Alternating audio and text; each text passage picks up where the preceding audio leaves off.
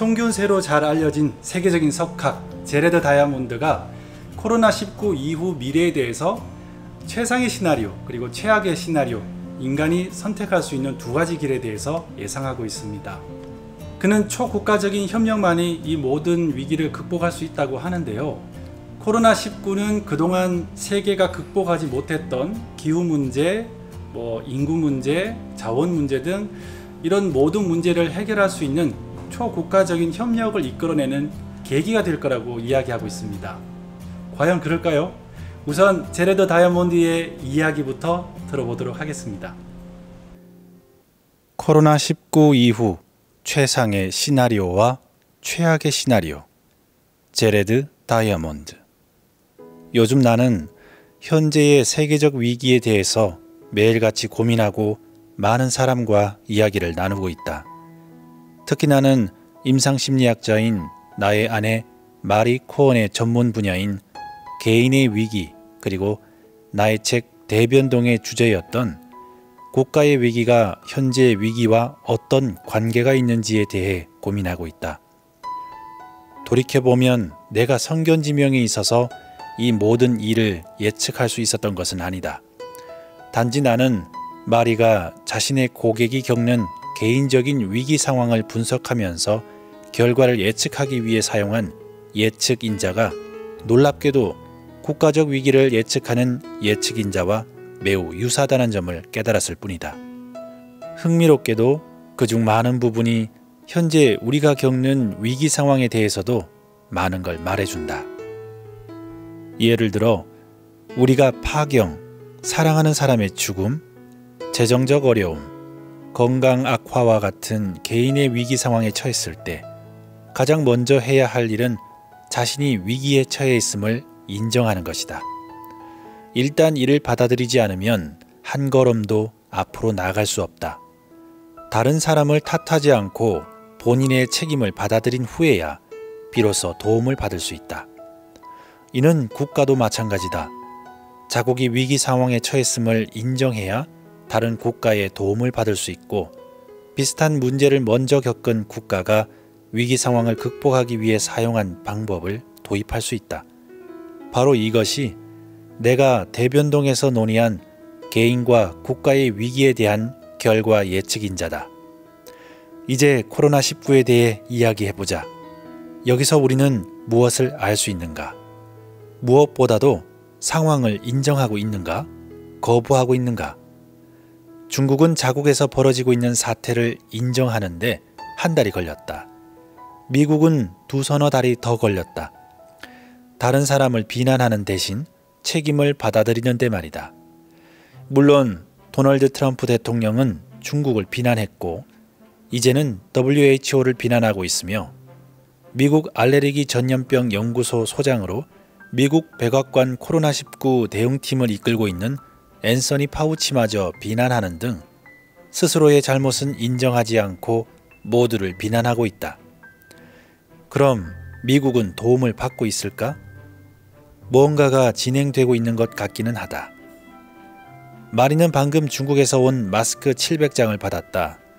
응급의인 그녀의 조카와 그 동료들에게 일회용 종이 마스크가 제공되었는데 그것도 하루 한 장이 전부였다. 이런 이유로 마리는 조카를 위해 중국에서 마스크 700장을 구한 것이다.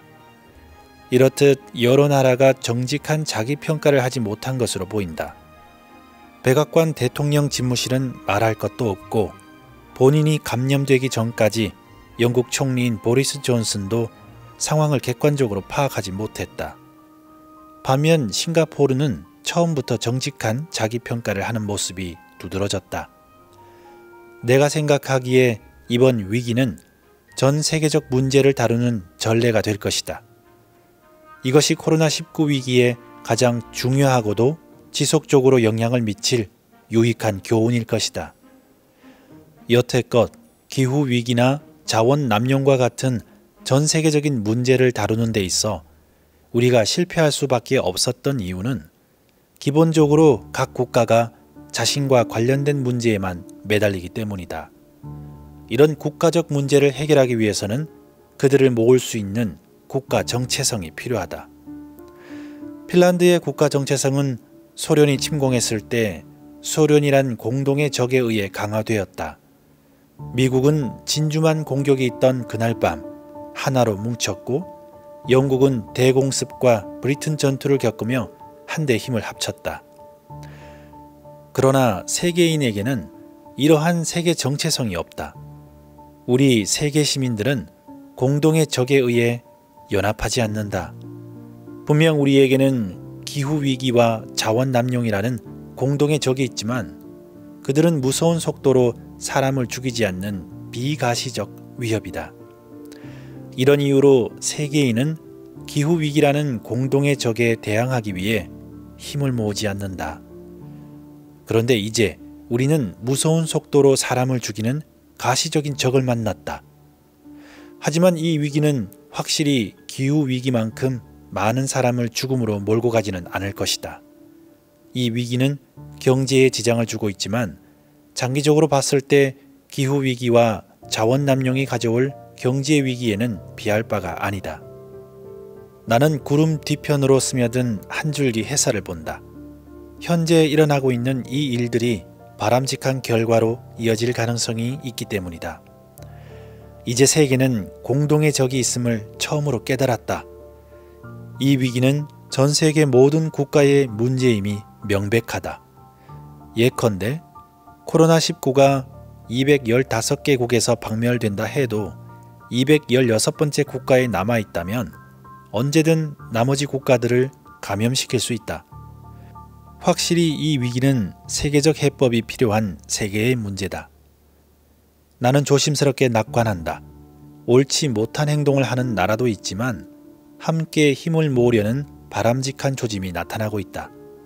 바라건대 전 세계가 힘을 합쳐 올해 안에 코로나19를 정복한다고 해보자. 이 경험은 기후위기와 같은 세계 문제를 다루는 데 있어 세계인을 결집시키기 위한 위기 극복 모델로 역할을 할 수 있을 것이다. 현재 각 나라들은 기후위기 문제를 개별 국가 차원에서 접근하거나 외면하고 있는데 기후위기는 한 나라의 문제가 아니라 전 세계의 문제다. 중국만이 이산화탄소 배출을 줄인다고 해결될 문제가 아니다. 전 세계가 이산화탄소 수준을 줄여야 한다. 마찬가지로 전 세계 산림과 어업 자원에 대한 과잉 착취 또한 세계가 해결해야 할 문제다. 코로나19 위기에 대해 내가 생각하는 최상의 시나리오는 우리가 향후 반년간 코로나 위기를 성공적으로 이겨낸 후 이를 좋은 선례로 삼아 전 세계 인류가 공동으로 처한 문제를 인식하고 함께 해결해 나가는 것이다. 우리가 코로나를 이겨낼 수 있다면 기후위기도 이겨낼 수 있을 것이다. 여기서 나는 한 줄기 희망을 본다. 이것이 지금 일어나고 있는 일에 대해 내가 생각하는 최상의 시나리오다. 최악의 시나리오는 각 국가가 독자적으로 문제를 처리하려고 하는 것이다. 사람들은 이미 백신 개발 경쟁에 대해 염려하고 있다. 백신 개발에 성공한 나라는 그것을 다른 나라와 공유하기보다는 자국의 이익을 위해 사용하리라는 걱정이다. 최악의 시나리오는 국수주의가 팽배해지고 국익 우선주의가 만연해져 서로 힘을 뭉치려고 하지 않는 것이다. 그러나 최악의 시나리오 대신 최상의 시나리오가 실현되리라는 희망의 조짐을 엿볼 수 있다. 한번 지켜보도록 하자. 앞으로 6개월 내에 상황이 최선의 시나리오대로 흘러갈지 아니면 최악의 시나리오를 따를지 분명히 알 수 있을 것이다. 현 상황을 짚어보자. 물론 유럽연합 국가들이 코로나 사태를 겪으면서 국경을 폐쇄한 점에 실망한 사람도 있을 것이다. 하지만 244년 역사의 미국도 이번 사태로 주 경계가 폐쇄되었다. 또한 뉴기니에 있는 나의 가장 가까운 동료이자 친구로부터 들은 바에 따르면 120년 동안 연방제 국가였던 오스트레일리아 또한 주 경계가 폐쇄되었다고 한다. 따라서 국경을 막는 유럽 연합 국가에 유독 실망할 필요는 없다. 봉쇄 조치는 때로 국경 그리고 때로는 주 경계에 적용되기도 하는 것이다. 오히려 이런 봉쇄 조치는 건전한 공중보건 정책의 일환일 뿐이다. 지리적 경계보다 더 문제가 되는 것은 국가 정체성이다.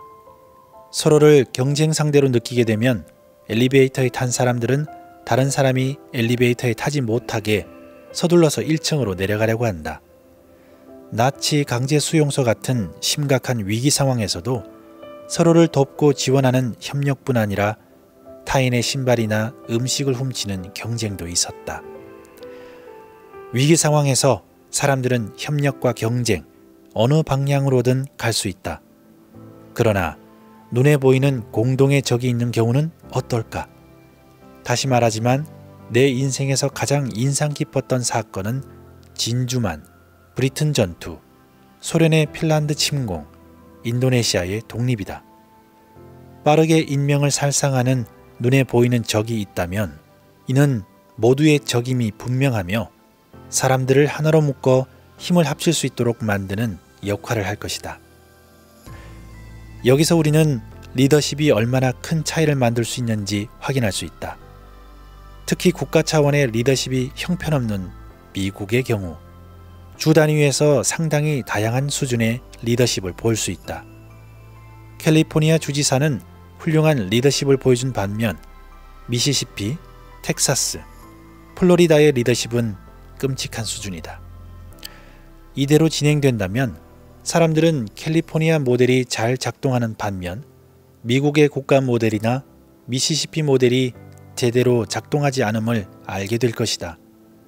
즉 우리는 경쟁보다는 협력이 국가 정체성을 형성하는 데 도움이 된다는 것을 알 수 있을 것이다. 스캡틱. 각 국가 제약회사들은 100% 항체를 가지는 백신 개발에 열을 올리고 있습니다. 그리고 그것이 큰 이윤을 가져다 줄 것이라고 기대하고 있습니다. 아이러니하게도 그 사이 바이러스들은 계속해서 변종을 하고 있습니다. 기껏 백신을 개발한다 하더라도 아무런 소용이 없도록 말이죠. 미국과 중국의 경쟁 구도는 더욱더 날을 세우고 있습니다. 더구나 중국과 미국 이 두 나라는 인종 문제, 소수민족 문제, 자연재해까지 겹쳐서 내부적으로도 큰 위기에 놓여 있습니다. 제레드 다이아몬드는 초국가적인 협력만이 코로나19를 비롯한 세계적인 위험, 문제들을 극복할 수 있다고 이야기하는데요. 아직은 먼 이야기인 것 같습니다. 코로나19만으로 이러한 협력을 이끌어내지 못한다면 자연은 또 어떤 모습으로 우리에게 다가올까요? 또 어떤 방식으로 우리의 등을 떠밀까요?